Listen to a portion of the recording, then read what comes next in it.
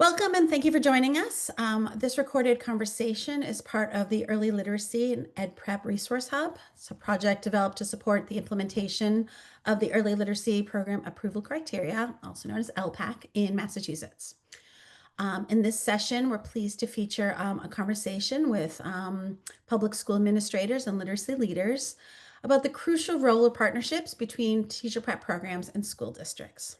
So I'm Mary Stevens. I'm the CEO of EdLighten Solutions, and I'm honored to be joined today by Assistant Superintendents Dr. Brent Conway from Pentucket Regional School District, Dr. Amy Hartley-Madsen from Randolph Public Schools, along with their humanities coordinators, Jen Hogan from Pentucket and Jessie Meyer-Darges from Randolph.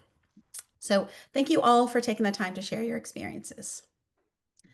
So we're going to start with the foundations of these partnerships. So all of you have obviously worked closely with teacher prep programs. In what ways have your partnerships with teacher prep programs been mutually beneficial? Amy, do you mind if I begin with you? Great, absolutely. Thanks so much, Mary. Thanks for having us. We're excited to have this conversation.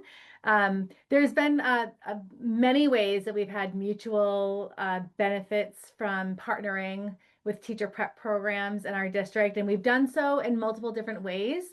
But there's just definitely been some themes about how both sides have benefited, and that includes getting some support in our schools. We could always use more folks in our schools helping students. So that's definitely been a benefit. Learning in partnership, I think getting together with teacher prep programs and learning together, kind of leveling the playing field and all coming to the space as learners has been really strong for us. One thing that's been really cool is it's like the best interview process ever to have teacher candidates in our schools. It gives us the opportunity to showcase what it is to be a member of the Randolph Public Schools, and it gives the teacher candidates an opportunity to showcase who they are. And so we have this opportunity to really get to know each other because it's all about match, right? And so, so that's been a really cool, I think, mutual benefit for both sides. And of course, just the pipeline of having well-prepared educators ready to come and serve our students. And so that's been a huge benefit for both sides.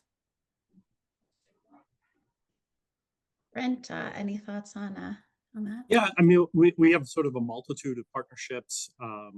We've done some at the leadership level as well, but I think, some of the ones where we have our undergraduate students coming from partner universities coming and spending time, I think to reiterate sort of what was said, it's an opportunity for them to come and be immersed in a school environment, which has benefits in and of itself, but we benefit as well having people around.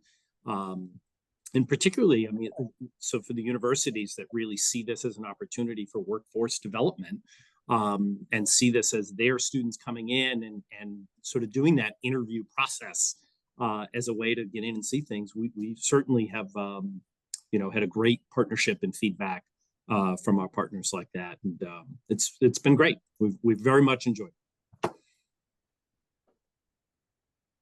Anything from the curriculum coordinators? I think you said it all. I mean, I can say that this year when one of my teachers was expressing, again, like the need for more people in our schools, I reached right out to one of our partner universities like, hey, we are looking for people to come in. We've had such positive experiences with your teacher candidates in the past. So if there's anybody, willing to come in, it's been, nothing but good feedback from the teachers. And so that was honestly one of my first thoughts was, hey, we can increase this partnership. We can get more people in here. And then unbeknownst to me, they'd already been talking, the principals had already been talking to, the partner university. But I think, our teachers really do like it as well. And it's sort of like an opportunity for some dual training to take place. Because not only, they're learning what they're doing in their coursework, but they're also learning from us. And so it creates this really authentic sort of pathway and process, because just by being in our schools, it's a form of training in the way that, we do things, which may look different from the way others do things. I'm sure a teacher candidate going into Randolph versus Pentucket would look quite different. But it's nice to establish those partnerships because you start to build those patterns, and it's really like a boots on the ground way of establishing that pathway for people. And that's worked out quite well for us in the past. I think the only thing I'd like to add, in addition to all the good ideas that have been shared so far, is that it gives us a chance in the first year we were part of the Early Literacy Consortium, we had some teacher candidates that came in that were so impressive that they stayed on as teacher fellows for a year, and then ultimately were hired. So it falls into the category of sort of the pipeline of great candidates coming in. But that has been also, a little bit elevated from just sort of the student teacher or pre-practicum level. And that has also been a great benefit. Oh, that sounds wonderful. Can you give me a sense a little bit more of how these partnerships work? So I know, Jen, you were mentioning principals sometimes are talking to the programs and obviously the curriculum coordinators and the superintendents. How have you really structured this kind of collaboration and to make sure these partnerships stay strong? Yeah, so I think one of the things, we have an HR coordinator who sort of serves as a connective person for all of the university and partnerships, because it's might be early literacy, but we also have partnerships for our own paraprofessionals to earn master's degrees in special education, for instance, right? So we have layers of partnerships that we try to build in, and this is one component of it, right? So I think that's one way to think of it. We have a partnership for CAG's leadership as well, right? So that we know we're internally developing people who already work for us to advance. So we have those, and then to bring in people who don't necessarily work for us and be part. So we just see it as multiple ways to expand the circle and sphere of our ability to connect with the broader community, but then also bringing people to us to see the work that we do too. I think it's also about the relationships. And so, like anything, while you want to say that everything has a clear cut process that you follow, like sometimes it's just not like that. Sometimes it is me sending out an email to the person that I built the relationship with over at the partner institution to say, hey, this is what we're looking for. Can you help us right now? And vice versa. So likewise, when we've had teacher candidates in our schools, the people from the institution have worked to develop a relationship with that school individually as well. And so they're reaching out directly to my principals and kind of going back and forth with that relationship. And again, I can help be the middle person, but it's almost at this point, I don't have to, because those relationships have been established. We've had people in our schools. And so I think just that ongoing open line of communication and that mutual understanding and mutual respect between both parties, that's allowing, if she had said, I really don't have anyone right now, but maybe I will later, I know it's coming down the road. I know that's not like a fracture in that relationship. It's just an open line of communication at any time, where we both understand that we could help each other out. And so that for us has been very successful as well. And I know our principals find that, easy to manage too. And they're talking to the same people. And I think that makes it predictable too.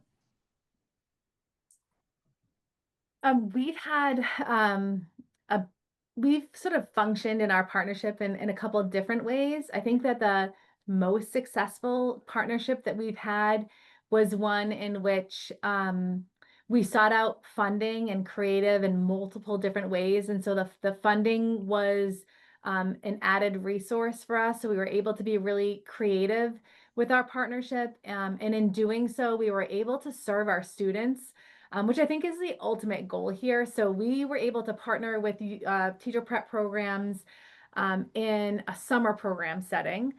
So a little bit more relaxed, a little bit unorthodox. You could be a little bit more flexible. We were able to provide science of reading training to all of the teacher candidates that were coming in. So we knew we were leveling the playing field. We were bringing them into our summer program with the knowledge they needed to be successful. We then had our teachers and the teacher prep candidates take a grad class together. So now we're learning together and we're all furthering our knowledge. We had some of our teachers move into a coaching role in the summer program. So now they're furthering their professional capacity and they're coaching the teacher prep candidates right on the spot while they're working with our students. And in addition, we also were able to provide our students with research-based small group instruction that was based on data. And so those teacher prep candidates that were coming in, they were experiencing looking at data, forming groups based on data, delivering that instruction and getting on the spot coaching and training. And because of the creative use of the funding, we brought in experts from an outside agency to really like sort of monitor the program and ensure consistency and best practice. And so this was an example where we were all learning together, we're all developing in different ways, and our students were getting an excellent product throughout. And so that felt like the most successful partnership that we've had. And through that, we actually hired folks from the teacher prep programs because they wanted to stay with us and we wanted to keep them. So that was a huge successful example of a partnership. I just want to add on to what Amy said, and that was that as part of that program, one of the reasons it became so successful was because it gave the teacher candidates and the teachers as well a chance to dive into data and become more data literate as far as how to drive instruction based on the data that was collected. So we were looking at screener data, right, from a DESE approved screener from just Dibbles 8, right? And they were able to look at the data, collect the data, right, live through that process, collect the data, analyze the data, and make instructional decisions around that. And that felt like real sort of boots on the ground, real application of what a teacher does on a daily basis. And I think, yeah, go ahead, Brent. I was just saying, we had a very similar experience in the summer, Mm. but just what you were speaking about, like, it's very true that when you have to teach something to someone, you all of a sudden just become more aware and more knowledgeable. So when we have our own professionals having to explain to a teaching candidate, whether it's an undergraduate who's there, and they ask, well, why do you decide to do this versus that? And sometimes they've just been doing it without thinking about it, but now they have to explain it, and it gives them a much deeper level of understanding themselves, even though they were doing it right. Being able to talk through it and explain it just elevates their own understanding and their ability to talk to others about it. So the types of relationships and what it does for our own professionals, it really elevates them as well. It was sort of one of those unintended outcomes that we hadn't even thought about, but it's really great. Yep. Those are wonderful. I mean, as you say, there's so many mutual benefits here and these strong partnerships and really getting these developed. As we're all talking about these teacher candidates, I mean, let's talk a little bit more. We're all talking about how it's great to get them prepared throughout this process, almost like an extended interview. And we're talking about having the teacher be prepared. So what are you looking for when you're looking for these new teachers? What skills, knowledge, dispositions kind of help indicate that they're ready to be effective on day one?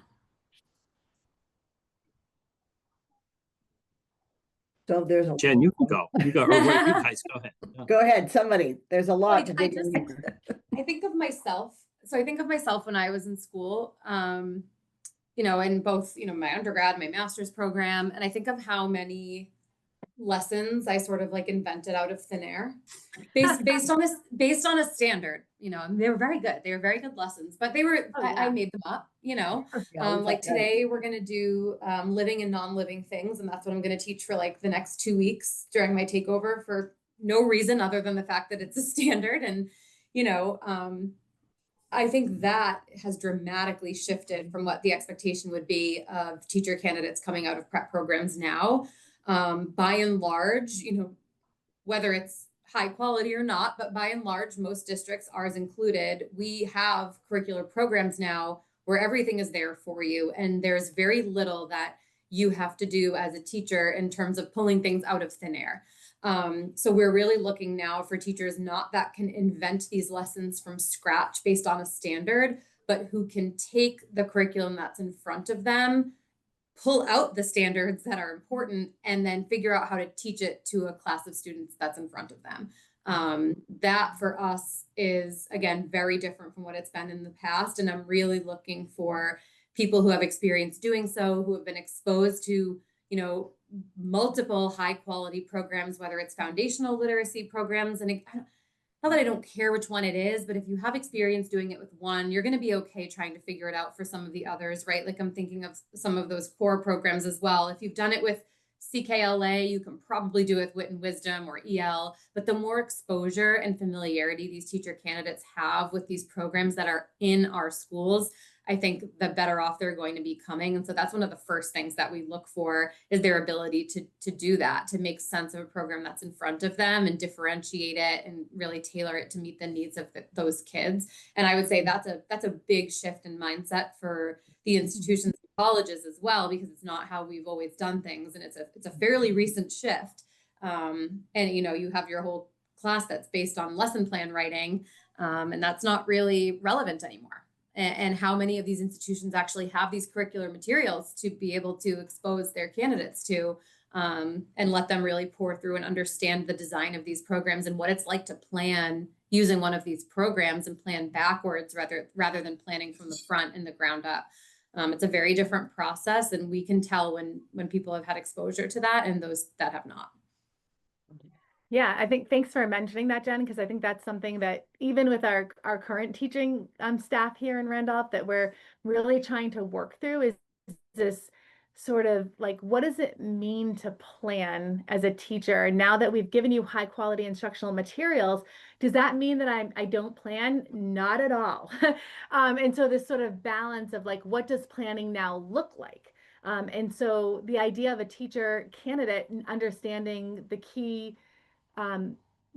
importance of strong objectives, criteria for success, planning for student engagement, culturally and linguistically sustaining practices, how to check for understanding, a formative versus a summative assessment, and a safe student engagement. So planning around these items and understanding how to take a high quality instructional material and then differentiate it with culturally and linguistically sustaining practices based on the students in front of you is far more important than the 14-page lesson plan that we all did, I think, in our teacher prep programs.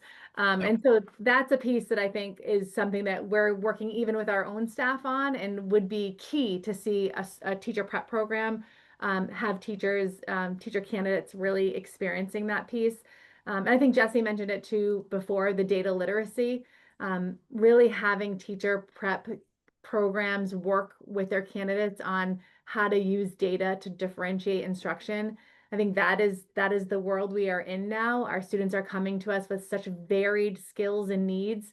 And it's not just about literacy, although it certainly starts there. Behavior, mathematics, all kinds of areas. We want our teachers to be able to collect data, to analyze it, and then to prepare instruction based on it. So those skills, I think, are super important when we're looking at our teacher candidates. Mary, I mean, we have two very different school districts here, right? In the sense of like who the student body is and the structure, a regional district with 3 small towns versus Randolph and the population. And we both are saying we really want the same things from teacher candidates. And really, we want some people who have technical knowledge and skills. They don't need to know how to do it all, but they have some technical knowledge and skills, definitely around literacy, but certainly the other things you mentioned as well. As far as like a philosophy, you can grow into a philosophy of education. It's hard to have a philosophy at age 21, 22 of how education is going to go without having some sort of experience in seeing it. But having the technical skills, that puts you on a very different path from the get-go. And I can feel comfortable putting you in a classroom in front of kids if you have some technical skills to start, and we will help you develop the rest. But if we have to retrain you on technical skills because you never got them while you're trying to figure out just how to make everything else work, that's a tough start to school as a professional in your career. So. And to build off what Amy was saying too, when I think about data literacy, like I'll call out the elephant in the room, I guess, too, but I'm also looking for teachers who know how to use a very specific type of data, specifically when it comes to literacy data. It's great if they've been trained in lots of different ways of, literacy assessments and collecting literacy data. But if all they've been trained in is how to do a DRA, that's really not going to be all that helpful once you're in the classroom. And the reality is there are still programs that are using that maybe as a part of their programming. I'm not saying that's the whole thing, but it really is the most helpful for us when we have teachers coming to us with training in any of those state approved screeners. that we know are valid and reliable, and that we can actually use to plan for instruction appropriately and plan for small group targeted instruction in literacy. And you can tell, you know, in an interview right away who has experience with that and who has experience with those types of assessments and looking at skill-based literacy instruction in that way and who doesn't. And so we really need teachers to be trained in those assessments. And I mean, and DESE's put them out, right? We have the short list of the ones that are approved and the ones we're all supposed to be using. And I think it can be misguided when we try to frame it as having teachers' toolbox for assessments be quite large and, you know, this well-rounded system, but that's really, I don't think, what most districts are looking for at this point. And so I think that also is a shift of just understanding, you know, what is relevant right now and what our district's actually using. And to put some more fuel into the good fire here, one of the things that I'm looking for from a teacher candidate is to make sure that they are have deep experience and deep understanding, well, as much as possible, given the fact that you haven't lived in the classroom just yet, for science of reading. I need you to know how a child learns to read. I need you to know what the scope and sequence is of how a child learns to read. I need you to have some experience working with diverse languages and MLL students, and thinking about translanguaging, even if it's just a surface understanding of how that's going to work, how that phonemic awareness is going to work in a language that doesn't have that sound. Some sort of level of experience there with the science of reading.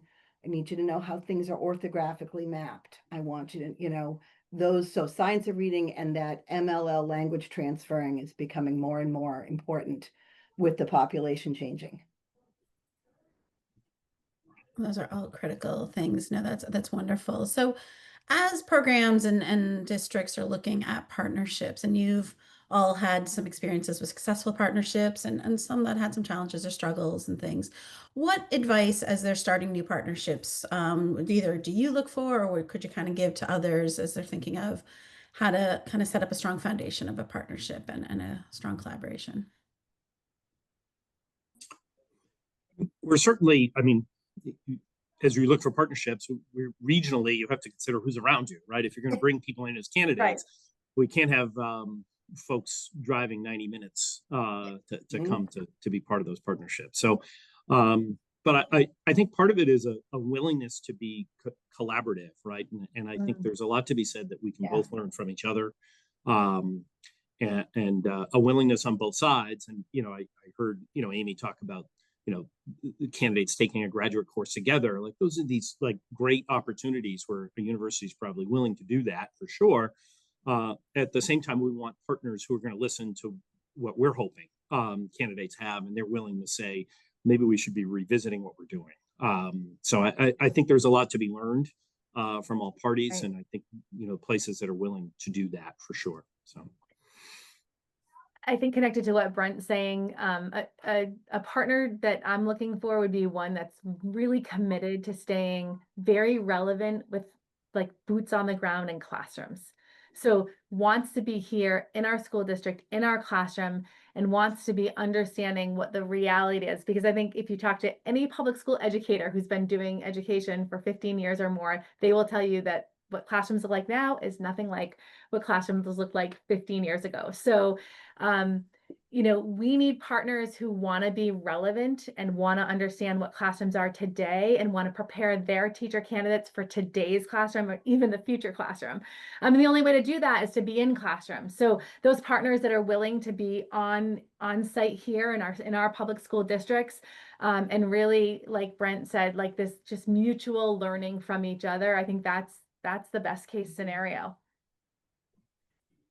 I'd like to see a structure or a partnership where feedback is a regular part of the cycle. And I'm not talking specifically about feedback for teacher candidates, but I'm talking about feedback of how this process, how the strategies, how the goals are, of the partnership are being met or not met. I don't want to come to a partnership with sort of a one size fits all approach, or this is the way we're going and we're not shifting off of this plan if it doesn't work. Like anything, even in the classroom, you try something out, and if it needs to be adapted or shifted, you need to be able to adapt or shift it. And that flexibility is, I think, very important in the relationship. And to tie it all together, like a vision I have, and this maybe plays on what everyone was saying a little bit, we want teacher candidates that have boots on the ground. We want these partnerships with people that are willing to have boots on the ground. We can get familiar with what curriculum everybody is using. Like, how great would it be to send your teacher candidates into schools that are using, X program versus Y program versus Z program, and really like tailor their experience to understanding the different programs and how they affect different populations of students, right? And how you can apply such programs and differentiate for different people. And I think everybody needs to have a really solid understanding of what the expectation would be mutually. But we're always happy to have people come in and just see again like what we're doing and how we're doing it and how we're changing things. I mean, we're always changing things to make it work, and what you do for kids one year might not work the next year, and we're always trying to figure out different models. And I just think that having everyone really does have to stay relevant and stay informed with what's going on. But people, the districts out there, there's a lot of great things going on, and just being able to really use that in a way to leverage it for the teacher candidates, I think could be very powerful as well. Now, this whole idea of continuous improvement, that's what it is, really. You're getting the feedback, you're continually learning from each other and collaborating and moving things forward. This has been great. Now, are there any other kind of thoughts that you wanted to share about either partners, the partnerships, the teacher candidates in particular, any other pieces? I know we've covered quite a bit in this short time. I mean, I would just say I'm really excited that this is sort of a conversation we're even having. And there's so much work to be done. But I think what's key here is that the stronger we can get the partnerships, the more prepared our teacher candidates are going to be, which means the more success our students are going to have. And that's the bottom line here. We're all just trying to have better outcomes for kids. And the way to do that is to really continue to build these partnerships. So that, like we do with teachers too, when we bring a new initiative forward, we like to take some things off their plate too, right? We don't want to say you're doing this in addition to everything else you're doing, right? We want to take some things off their plate. So I think it's important for partners to hear that, like, there are some things maybe you're doing that you really don't need to spend time doing. It doesn't have the value maybe you think it has for a teacher entering the field because things have changed, right? And I think Jen spoke a little bit about that. Amy did as well, and that, like, in order for the universities to change, I mean, we've had to retrain, or in some cases train, period, some of the people we have who have master's degrees who had never heard of anything related to the science of reading. And not that you had to hear the phrase the science of reading, but even the topics and the methods and the approaches were never part of a lot of their learning experiences through higher ed. So if you're going to put all that in, what are you taking out? Right. And I think they have to learn that as well, that there's a lot of stuff you can take out. Don't feel the burden that you just have to add on. And we're happy to be the places to help say, look, we don't use that anymore. If someone comes with that knowledge, it probably doesn't have the impact that you think it might have. And some of that is philosophy. It's workforce development, right? And really seeing yourself as a workforce development institution versus developing philosophical thinkers for education. And that is a big difference. And that's, I guess, the change that we hope to see moving ahead. And I think, like Randolph, Kentucky hopes to be, some of the places that can help universities work through that. And if we do it through the candidates and all that, then that's even better. So I think the teachers deserve better too. I still like to wear my teacher hat more than anything else. And it's very, very difficult to be in education right now, particularly to be a classroom teacher. Like we said, the classrooms are changing, kids are changing, the demands are growing, and teachers already, they're not being paid a whole lot. They're very time poor in the sense of like the time they get for themselves throughout the day. And then to have to say, hey, you know what, that degree you just got, you can't really use much of that here. Like, we're going to need you to spend a couple hours a week being retrained in this during your own time, your prep time, your family time, your weekend time. I think it's not an expectation we put on many other fields to say that, the degree you got it's not going to work, but we just accept it as to be true for many teachers. And, I think they deserve better, and our kids deserve better, right? Our kids deserve to be taught by somebody who knows that those technical skills and knows what they're doing. And our teachers deserve to be able to use their hard-earned degrees and education to apply it to the classroom in a meaningful way, to help kids, because that's what they want to do. And so I just think everybody deserves better, and we know differently now, and things are changing. And so it's just about sort of keeping up with that. It's not that anyone's doing anything wrong. It's just things are changing perhaps faster, and not at the same rate. So we just have to sort of stay the course together. And the only way to do that is to communicate. I remember that all too well, coming out of the teacher candidate program, landing in my classroom and thinking, I'm not using 2/3 of what I just learned over the course of the last 4+ years, right? And how frustrating that was too, that I spent all my this money and all my time in something that's not really alive or needed or has purpose here. This has truly been amazing. And I know, thank you so much for sharing your experiences and insights. Your thoughtfulness and ideas will really bring some valuable insight to both the district perspective and also, of course, the teacher prep programs as they're working with the teacher candidates. So again, I thank you for your time. And I know this will be very well appreciated as a resource for this. So thank you again. And yeah.